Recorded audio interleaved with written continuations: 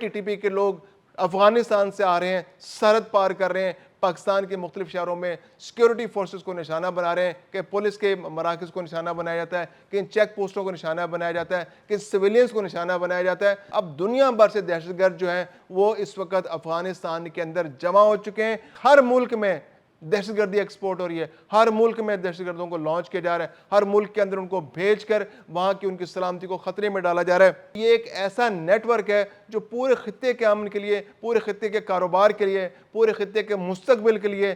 بچوں کی صحت کے لیے سب کا سب خطرہ بن چکا ہے۔ السلام علیکم۔ افغانستان کی بگڑتی ہوئی صورتحال نے ایک بار پھر خطے کے ممالک کو تشویش میں مبتلا کر دیا ہے۔ تشویش تو ویسے کبھی بھی ختم نہیں ہوئی، جو خطے کے جتنے پڑوسی ممالک ہیں، خواہ وہ روس ہے، خواہ وہ پاکستان ہے، ایران ہے، چین ہے، ازبکستان ہے، تاجکستان ہے، ترکمانستان ہے، قازقستان ہے، ہر ملک افغانستان کی سیکیورٹی صورتحال سے پریشان ہے۔ اب روس نے آج آواز اٹھائی ہے کہ افغانستان کے اندر جو دہشت گرد موجود ہیں، جو 18,000 سے لے کر 23,000 تک جنگجو جو افغانستان کے اندر موجود ہیں، جو دنیا بھر سے جمع ہو گئے، کیونکہ افغانستان نے تو اپنی سرزمین دہشت گردوں کے لیے پیش کر رکھی ہے کہ دنیا بھر میں کہیں بھی کوئی دہشت گرد گروپ ہے، کوئی بھی ایسا گروپ ہے جو انسرجنسی میں مبتلا ہے، تو وہ آئے افغانستان کی سرزمین کو استعمال کرے، یہاں پر اپنے کیمپ بنائے، ٹریننگ کیمپ بنائے، یہاں پر لوگوں کی ذہن سازی کرے، خود کش حملہ کرنے کی ٹریننگ دے، ان کو اسلحہ چلانے کی ٹریننگ دے، ان کو بم اور راکٹ چلانے کی ٹریننگ دے، اور ان کو پھر واپس ان کے اپنے ملکوں میں لانچ کر کے وہاں دہشت گردی شروع کی جائے۔ اب دنیا بھر سے دہشت گرد جو ہیں وہ اس وقت افغانستان کے اندر جمع ہو چکے ہیں، اور یہ ایک ملک سے نہیں ہے، یہ دنیا بھر سے ہیں۔ یہ سینٹرل ایشیا سے بھی ہیں، یہ چائنا سے بھی ہیں، یہ شام سے بھی ہیں، یہ عرب سے بھی ہیں۔ دنیا بھر کے جتنے دہشت گرد گروپ ہیں ان کا مرکز اس وقت افغانستان ہے۔ ISIS یعنی داعش کا جو سب سے بڑا مرکز ہے وہ بھی افغانستان ہے۔ طالبان اور داعش کے درمیان جنگ جاری ہے۔ 3,000 سے زیادہ جنگجو جو ہیں وہ اس وقت داعش کے افغانستان کے اندر موجود ہیں، اور جو روس کے سلامتی کونسل کے سیکرٹری ہیں سرگئی شائگو، انہوں نے اس جانب نشاندہی کی ہے کہ اس وقت 18,000 سے 23,000 جنگجو جو ہیں وہ افغانستان کے اندر موجود ہیں، اور وہ پورے خطے کی سلامتی کو خطرے میں ڈالے ہوئے۔ ہر ملک میں دہشت گردی ایکسپورٹ ہو رہی ہے، ہر ملک میں دہشت گردوں کو لانچ کیا جا رہا ہے، ہر ملک کے اندر ان کو بھیج کر وہاں کی ان کی سلامتی کو خطرے میں ڈالا جا رہا ہے۔ اور جو دوسرا بہت بڑا مسئلہ جو سامنے آ رہا ہے وہ ہے منشیات کی سمگلنگ۔ اچھا، جو منشیات کی سمگلنگ سے پہلے جو ہمارا مسئلہ ہے سب سے بڑا، وہ ٹی ٹی پی کا مسئلہ ہے۔ ٹی ٹی پی کے مراکز افغانستان کے اندر موجود ہیں۔ افغانستان اور پاکستان کے درمیان اس وقت باقاعدہ جنگ کی صورتحال ہے۔ پاکستان نے بہت صبر کا مظاہرہ کیا ہے پچھلی کئی دہائیوں سے، اور جب سے طالبان آئے پچھلے 5-6 سال سے، تو اس وقت سے تو پاکستان بہت ہی زیادہ صبر کا مظاہرہ کر رہا ہے، کیونکہ 2022 سے لے کر اب تک پاکستان کے اندر 4 سال میں دہشت گردی میں بے انتہا اضافہ ہو رہا ہے، اور ہر گزرتے سال کے ساتھ دہشت گردی بڑھتی چلی جا رہی ہے۔ اور اس کے بعد پاکستان نے گزشتہ سال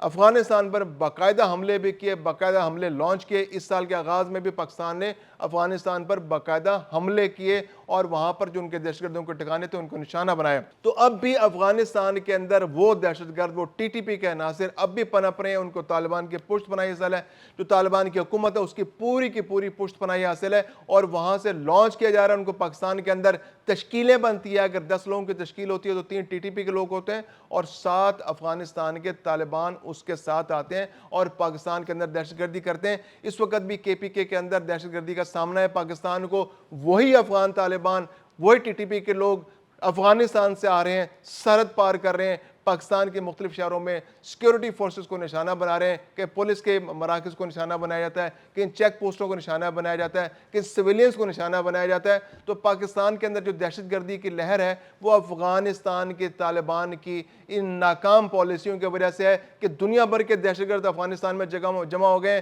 اور افغانستان ایک ایسی پالیسی لے کے آ رہا ہے جو دنیا بھر میں دہشت گردی کو پروان چڑھانے کی پالیسی ہے۔ اب اس کے ساتھ ساتھ جو منشیات ہے اس کا معاملہ، اس پر ڈسکشن کرتے ہیں کہ جو منشیات کا مسئلہ ہے وہ بھی سیریس مسئلہ بن چکا ہے خطے کے لیے، کیونکہ خطے میں جتنی منشیات آ رہی ہے وہ زیادہ تر افغانستان سے آ رہی ہے۔ اگرچہ طالبان کے آنے کے بعد جو پوسٹ کی کاشت ہے وہ کافی حد تک کم ہو گیا، کچھ لوگوں کا کہنا ہے، کچھ رپورٹس تو ایسی ہیں کہ شاید 90% پوسٹ کی کاشت کم کر دی گئی ہے، لیکن اس کے باوجود کچھ ایسی مصنوعات ہیں، کچھ آرٹیفیشل نشے ہیں جو افغانستان کے اندر زیادہ بننے شروع ہو گئے، یعنی ایفیشینٹ قسم کے نشے بننے شروع ہو گئے، کاشتکاری نہ کرنی پڑے، کیمیکلز کے ذریعے نشے بنائے جا رہے ہیں، جو میتھ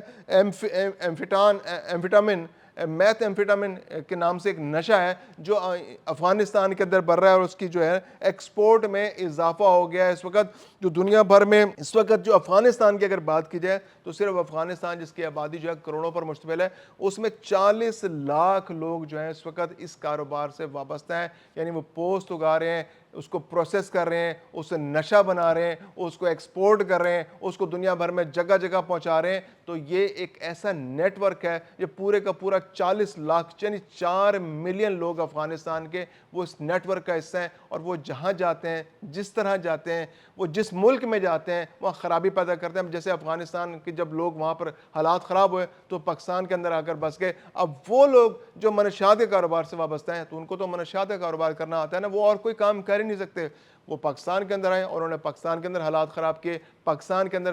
منشیات کے کاروبار کو پروان چڑھایا۔ تو اب بھی افغانستان کے اندر ایک بہت بڑی تعداد میں لوگ منشیات کے کاروبار سے وابستہ ہیں، پوسٹ کی کاشت اگر سے عالمی برادری کے پریشر پر کم کر دی گئی ہے، لیکن پھر بھی جو کیمیکل بیسڈ منشیات ہیں وہ بنانے کی بہت بڑے بڑے کارخانے، بہت بڑے بڑے نیٹ ورک وہاں موجود ہیں، اور نہیں تو بڑے کارخانے نہیں ہیں تو لوگ گھروں میں بنانے کے ایکسپرٹ ہیں۔ 40 لاکھ لوگ جب اس ایک انڈسٹری سے وابستہ ہوں گے تو ہر گھر میں یوں سمجھیے کہ کاٹیج انڈسٹری ہے وہاں کے منشیات بنانا، اور اس انڈسٹری کی جو پروڈکٹ ہے وہ دنیا بھر میں دستیاب ہے۔ افغانستان سے جب وہ آتی ہے تو وہ بہت سستی ہوتی ہے، لیکن جب وہ دنیا میں پہنچتی ہے تو ملینز آف ڈالرز کی بکتی ہے۔ تو افغانستان جو ہے اس وقت خطے کے اندر بہت بڑا مسئلہ پیدا کر چکا ہے۔ جو شنگھائی تعاون تنظیم کے ممالک ہیں وہ خاص طور پہ پریشان ہیں۔ شنگھائی تعاون تنظیم کو جو اجلاس ہے اس کے اندر اس کو ہائی لائٹ کیا گیا ہے، روس نے خاص طور پہ اس کو ہائی لائٹ کیا ہے، باقی ممالک، پاکستان تو اس کو ہر انٹرنیشنل فورم پہ ہائی لائٹ کر رہا ہے۔ پاکستان کے اندر دہشت گردی، پاکستان کے اندر منشیات کی اسمگلنگ